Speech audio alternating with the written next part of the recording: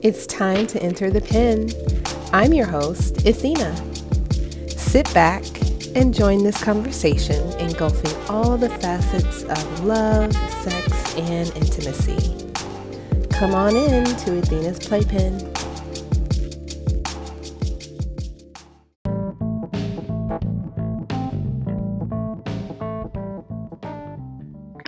All right, Playmates. So tonight we're talking about sex stores being taboo. Now,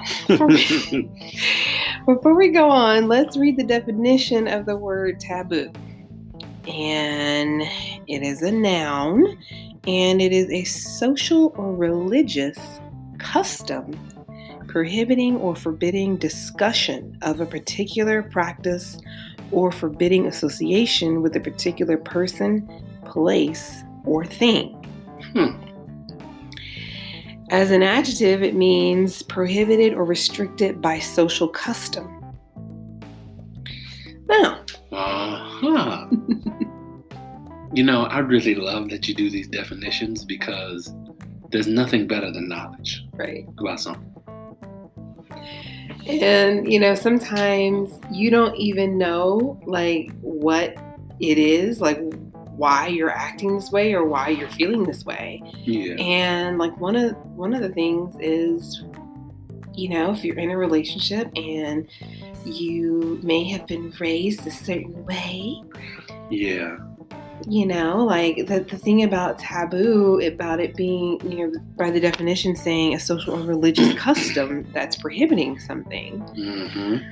See, we're from the South. Yeah. The southern states of the United States. The southern states of America, where we're raised in the Bible Belt. Yes. And the heart of the Bible.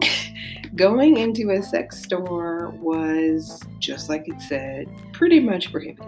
Yeah. And you were, I don't know about you, but like even driving past it, you dare turn your head and look. Yeah, like our mother would look out the window when we passed certain places and say, "Come down in the name of Jesus." Oh man, remember that? Yeah. Oh man. She actually closed some psychic readers. Oh my goodness. Yeah, she claims that she has. So she has done that. She said, "Come down in the name of Jesus." Oh my gosh. Every time she passed. Wow. And it would close. Well, and I guess that carries over into the sex store. Yep. Yeah. Yeah. But you know, what do you do when you're in a relationship and you know you need to spice it up?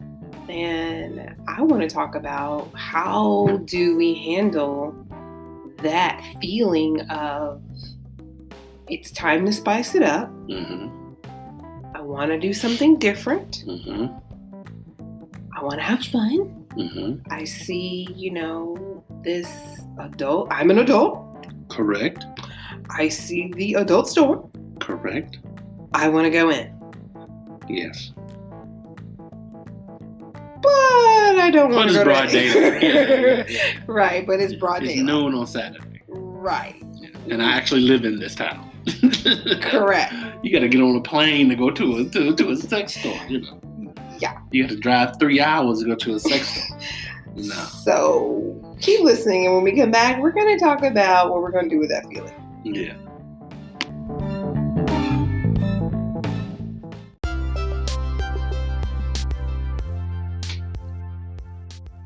Okay, so right before we left, we're talking about what do you do with the feeling you want to go in the sex store, you want to spice it up. It's time to spice it up with your person. What do you do? Personally, I say you got to do you. And, you know, after reading the definition of taboo, mm-hmm. It only begs the question, why mm-hmm. has society or religion made sexual pleasure mm-hmm. from something that you can purchase out of a sex store, which may not necessarily be a toy, because I know there are some people that believe that, It's only dildos in there. right, right, or that, you're not supposed to use those. But there are other things in there. Correct. But what I think we do with that feeling is, number one, you're going to have to own it. Correct. And say, okay, I need to do this for me Mm-hmm. and my relationship. Mm-hmm. Or I want to do this for me and my relationship. Correct. Who knows? You could go in there and get to looking around and be like, okay, this is not for me. Yeah. Or we'll just try some new positions. Yeah, this is next level. Right. Because some of the things, you're like, oh. Yeah. Okay. Some things are next level. Some things are definitely next level. But I think what I'm trying to say is, don't allow that feeling to be taboo to you. Mm-hmm. Like some of their names, like I know here in Phoenix, there are a couple pretty interesting names. Like we've got Forbidden Vibes and Jack and Jill and all of that. Yeah. And I like how they're making it welcoming. Not only that, human nature, things that are taboo, you're drawn to. How you see a train wreck coming and 9 out of 10 people, especially Americans, can't turn away. That's why people love MMA, because somebody's getting knocked out. That's why, that's why people love, the most violent sport, I think, second to, of course, boxing, is football, is the number one organization and corporation on the earth. They've even started playing football games in London and in Mexico. Interesting. Like 2 or 3 a year. Football. American football. Huh.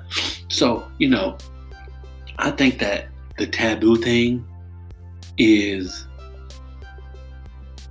something that is drawn, like the place is called forbidden fruit. Like, come on, man. Right. And even going all the way back to like Adam and Eve. Right. The one tree right. that they were told not to eat off of. Right. Is the one you can go have your lunch on. Right. So yeah. I think that the taboo, even, growing up, your parents might tell you, we don't date or we don't talk to or we don't associate this with this group of people. Guarantee your daughter's going to walk in there with that group of that person, whatever it may be. You're making a good point, and we got to keep that in mind, because that's a really good point. Yeah. And because I know me personally, when I went off to college, that was one of the first places on my list to stop. Was like liquor store, taboo, the sex store, just to go in and just be like, oh, okay, just to know. This is where they were trying to keep me from. Correct, because it's not always something. It's not always bad things. It's just, I think that it comes down to exposure and experience. And being, again, comfortable with oneself. They didn't want us going in here because they were not comfortable being seen going in and out of the sex store. Or they may not have wanted you in there at the same time as them. Correct.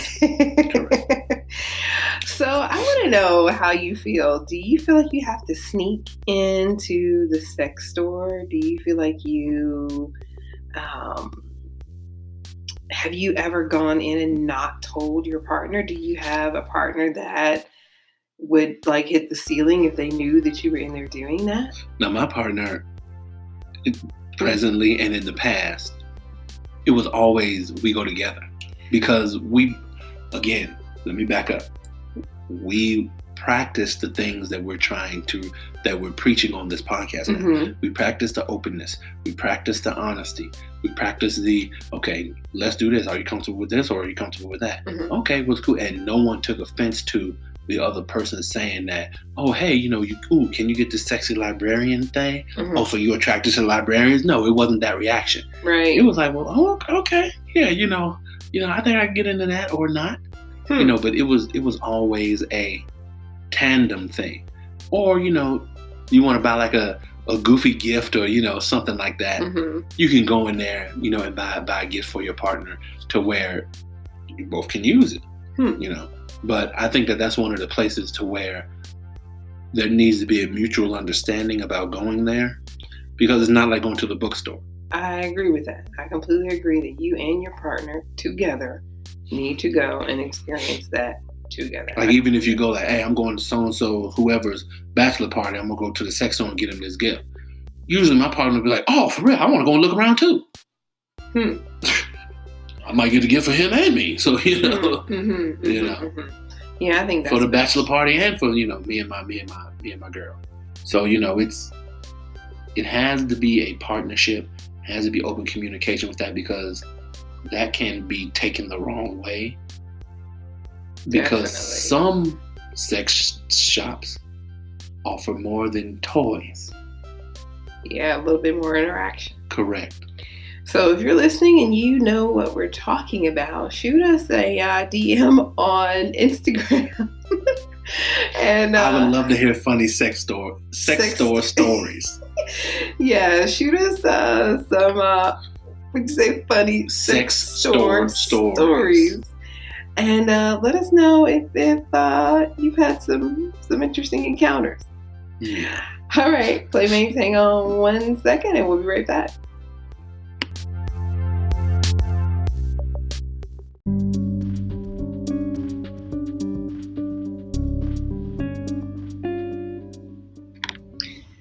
All right, so we're talking about the sex store tonight, and I want to drive home the point of take a look at what you are dealing with, why you want to go in this store.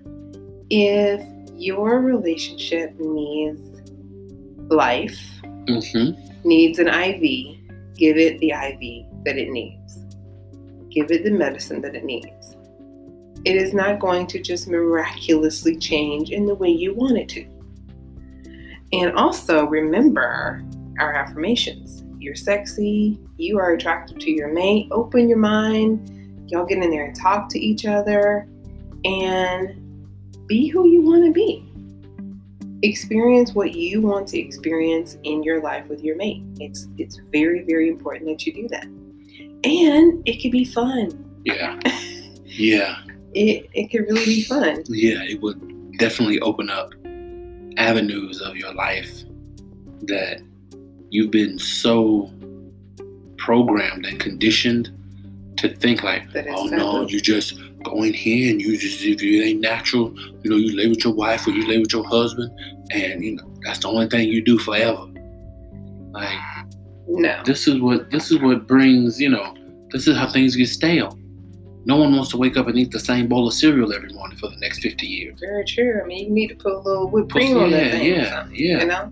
Yeah. Now that doesn't mean go get another cereal. Right. You just have to add some things. You might have to add something to your cereal. Right.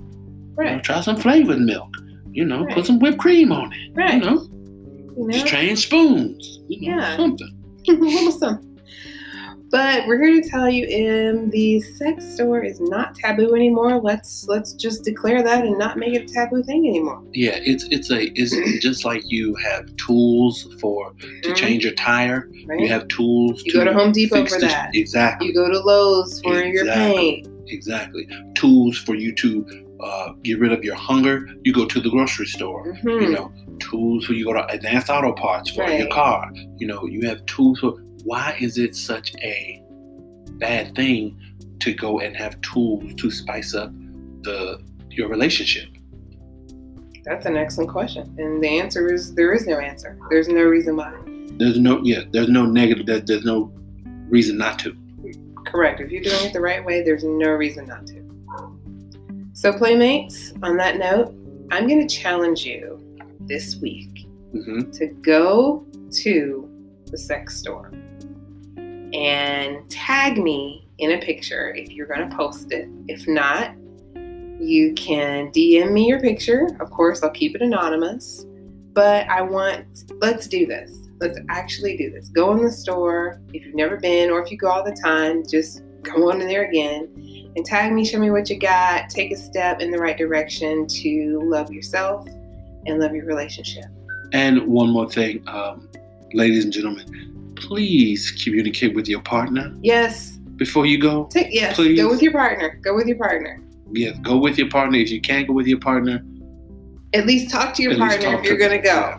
Yes. Yes. Don't post on your page that you were in the sex store earlier and your man or your woman be like, excuse me? You were? Yeah. But yeah, make it fun. Or And mine would be like, you went without me? Like, yeah. It's not going to be a good conversation either way.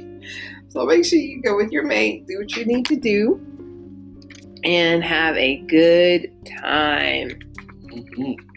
Well, there's nothing wrong with having things to spice up your love life, to make sure that you and the one that you want to be with continue to have that fun and new experiences with each other. Yeah. It's just like, guess what? So like without going to the sex store, how you go on vacation and it's like it's brand new. Like it's like change the setting up. How it's like, oh my God, let's just put this is another tool. Good point. You know, step out on the balcony. Oh, this is a brand new experience. Excellent. Same thing. Very true. All right, Playmates. Thanks for sharing this time with me in the PlayPen. We'll talk next week.